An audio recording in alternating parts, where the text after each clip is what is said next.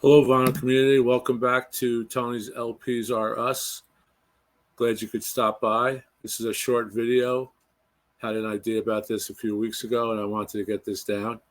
This is my 8 best-sounding OG LP vinyl albums that I just picked out of my collection. Now, these aren't expensive albums. These are usually albums you'll find in a dollar bin, at thrift shops, at yard sales, at flea markets, at used record store bins, maybe a $5 bin, a dollar bin. And these are things that you may normally miss. You may say, I'm not going to pick that up no matter what the price. But these are great sounding original LPs. Some of them are from the 50s all the way up to the 80s. And what I'm going to do is I'm going to go over the 8 vinyls that I picked out, 8 records that I picked out. Never use vinyl. Vinyl is plural. It's vinyl, not vinyls. Just a slip. So I picked up these out of the collection. I want to go over them with you. Now, some of them may just have one track that I'll think is demo quality. Some may be the entire album. And I'll give you some aspects of what I believe makes these really worth having in your collection just to test your system out. The first one up is Classic 5, David Yates and the Classic 5. And they did Stormy, Traces, and this is a compilation, Greatest Hits. This was actually produced by Buddy Boo, and this is on the Imperial label, founded in 1947 by Lou Chud. Ricky Nelson was on here in 57, Slim Whitman, Fats Domino, Johnny Rivers, Cher, the great Albert Collins, the great Hollies, Jackie DeShannon, just to name a few. I don't have any information on the engineer in this, but whoever did these records, these are phenomenal sounding records. Here's the label. Here's the label. And when you put on Traces or Stormy, the vocals are right in the front, right in the center stage. Everybody's separated. Spooky's on here. Great tune that you'll hear on Halloween. And there's a number of other tunes on this. But this is just a great sounding record. It's usually in the budget bin. You know, it used to be $1. Maybe now it's $3 or $4. Next up is one you may not know of. It's a band from the Netherlands, Bram Tchaikovsky. And if you could see in the sticker, I actually got this in a dollar bin. I have a few copies of this. This is on Polydor. In Europe, it was on Radar, the Radar label. And on this record, Mike Oldfield plays Tubular Bells on here.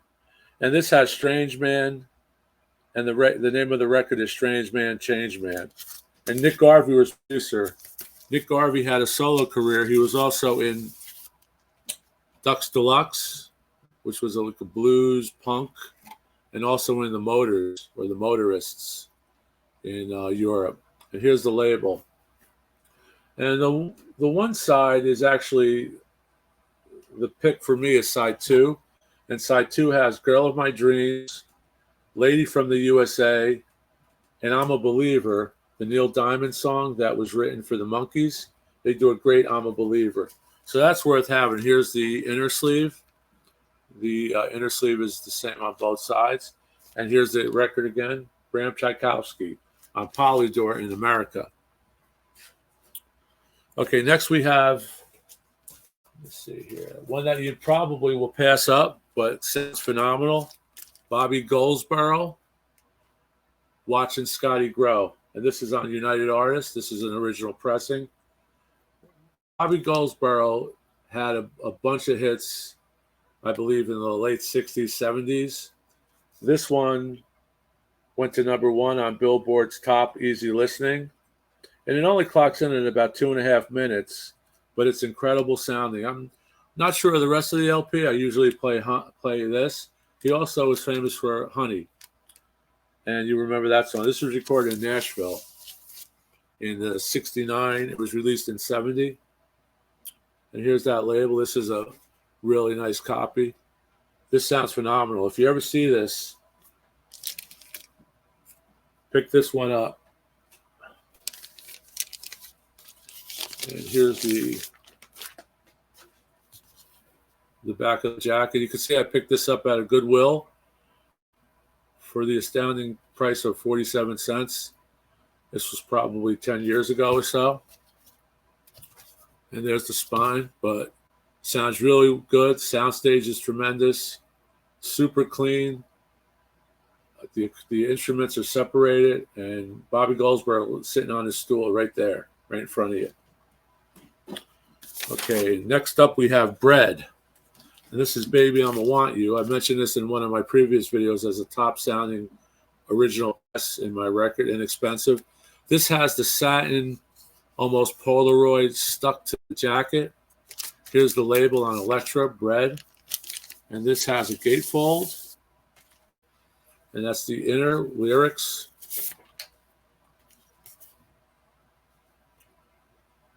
And this engineer was Armin Steiner. This was recorded at Sound Recorders and Sound Labs in Hollywood. And this is tremendous. Soundstage, sonics, voice, the acoustic guitars. If anyone out there knows the Beatles love songs LP, the double LP compilation of Beatles love songs, the acoustic guitars on that are just the way the record was cut just sounds tremendous. And it's the same with this one. This is demo quality. Bread's greatest hits with the same songs do not sound anywhere near that. I sold that record, got rid of that record to a Bread fan who needed it in his collection. But this is a gatefold. And this also has some great hits on it. This Isn't What the Government, Diary, Everything I Own. These are heartfelt songs, but the recording is, at least on this version, is just tremendous. Okay, we have a rare one. It is a Cher album, and it's her 6th solo album, 3614 Jackson Highway. And that's the location of Muscle Shoals, and that's what you see in the back. And here's the staff of Muscle Shoals, and you can see Sonny. And I believe there's background singers. I believe one of them ended up marrying someone from the Grateful Dead, Donna Jean Gottschall, if I'm saying that right. I believe that's her. She was doing a background song. And this is located in Sheffield, Alabama. Tom Dowd, the famous Tom Dowd, produced it. Here's the Atco label. And legend has it that this was the first record recorded at Muscle Shoals. I'm not sure if that's true. I looked it up. I couldn't find it, but that's what a Cher fan tells me. And that's the label. This is a mint Atco. And here's the inner. And when they were doing the Muscle Shoals Museum, no one had a copy of this record because I do believe it's the first one recorded there. And my friend Bobby out there could verify that. And one of his friends who was on the Cher fan club was contacted, and they said, "Do you have a copy of 3614?" And she goes, "Of course, I got a lot of copies." "Well, can we have one for our museum? Because we needed to put it on display." And so her copy is now in the Muscle Shoals Museum, I believe. So that's a really cool story. Here's the great inner with all the credits. And when I play this record, it just sounds good, and the material's so good. She does a couple of Dylan songs. Tonight I'll Be Staying Here With You. She does I Threw It All Away, Lay Lady Lay. Lay Baby Lay is recorded on here. Cry Like a Baby. She does Sitting on the Dock of the Bay. I Walk on Gilded Splinters, which I believe is a Dr. John tune. And this is incredible. This is a great Cher record. If you ever see this, don't pass it up. Next up, we have another one that you may pass up.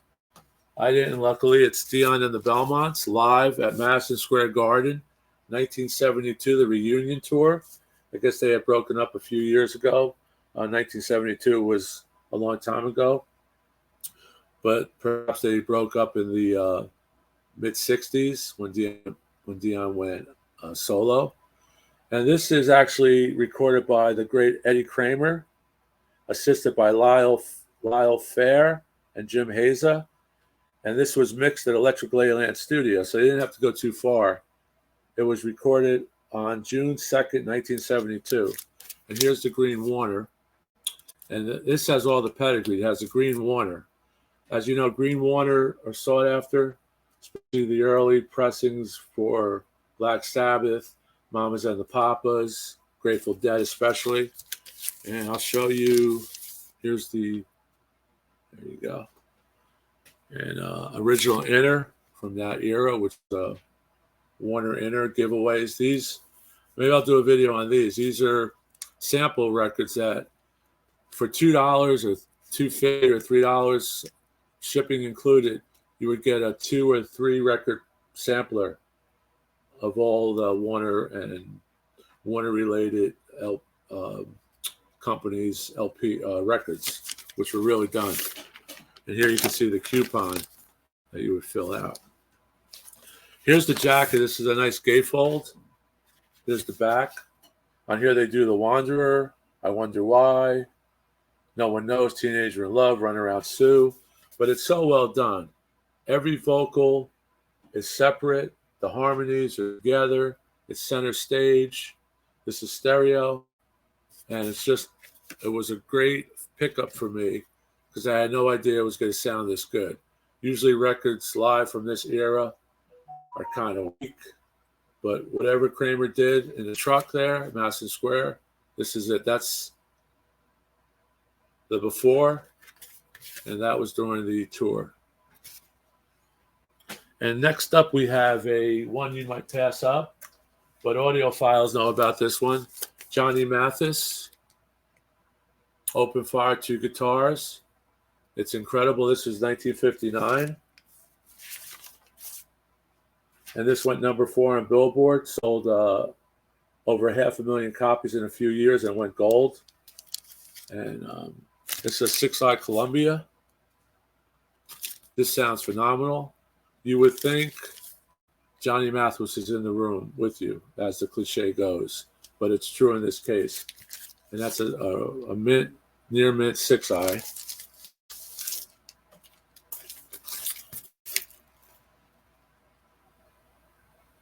And this has When I Fall in Love, which is done so heartfelt here.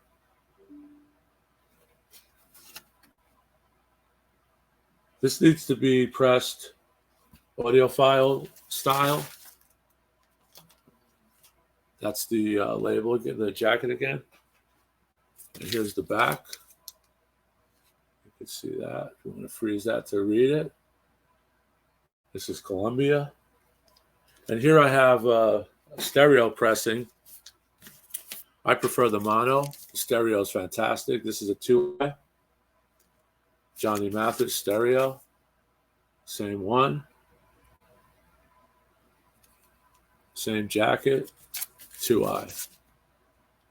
So a reissue 2-eye, but just as good. If you see this, dollar bin, flea markets, used record shops, start out to use record shops, support them, but check these out. This is a great one. And the last one was done, I believe, by Acoustic Sounds, Analog Productions, a double 45. But if you can't afford the double 45 for 50, 60 bucks right now, plus shipping, pick up this one. Usually it's around $3 or $4. I got these when they were just laying around. No one knew about them. I always knew this was a great record. I actually spoke to Chad about this at an audio show, Chad Kassem, and we both agree. He said a friend recommended it, and he got the tapes, and it's one of their hot sellers. This is phenomenal. This is a mono tricolor reprise, and I'll show you that.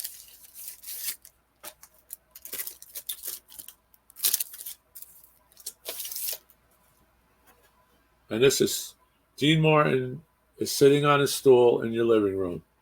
If you have no Dean Martin records and you're not a big Dean Martin fan, this is the record you have to have. This is, to me, this is his Sgt. Pepper, his Revolver, his Rubber Soul, his Abbey Road, this is it. You know, Dean was a cool guy. He used to go into the studio. What do you want me to do? We'd knock it out. Just perfectionist. Here's the original back in still shrink. And if you could see in the corner there, it's an A from my old friends at Vogel Records, which I worked during my high school and college years. Kept in touch with the owners, keep in touch with their kids. My best friends were met there. One of the best jobs ever, if you could imagine. At the height of vinyl, where we would sell 60, 70 Piano Man LPs in 1 week. Millions were sold, and every pressing was perfect. They can't do that today. Every pressing was perfect. We rarely got manufacturer defects back. This is the record to get if you like Dean Martin. And this has the first version of, let me see, where is it? Everybody Loves Somebody, one of his staples. And later on, he re-recorded it. It went to #1 on Billboard. And he told his son, Paul, I believe his son was Paul Martin, who was a big Beatle fan, 12 years old at the time, big Beatle fan. He said, son, I'm going to knock your Pallies off the charts. And he actually did it. He actually knocked off the Beatles on Billboard. Hard Day's Night was #1, 1964. And along comes Everybody Loves Somebody, and just wiped them out for a brief moment in time. Didn't happen again, but he did predict it. And that's a great shot at Dino at the mic. So that's it for today. So these are top picks that sound phenomenal when you put them on and your stereo is adjusted correctly. Center stage, sound stage, sonics, acoustics, separation, harmonies, and with the Belmonts up front on the stool, Bobby Goldsboro, the Traces, the Classics 5, the Dean Martin, the Johnny Mathis. These are just great records. So keep these in mind when you're out crate digging. So I hope you like this topic. Try to subscribe if you haven't. I really appreciate it. And keep rocking. Tony's LPs are us. Signing out. Ciao. Thanks a lot. Stay safe. Bye-bye.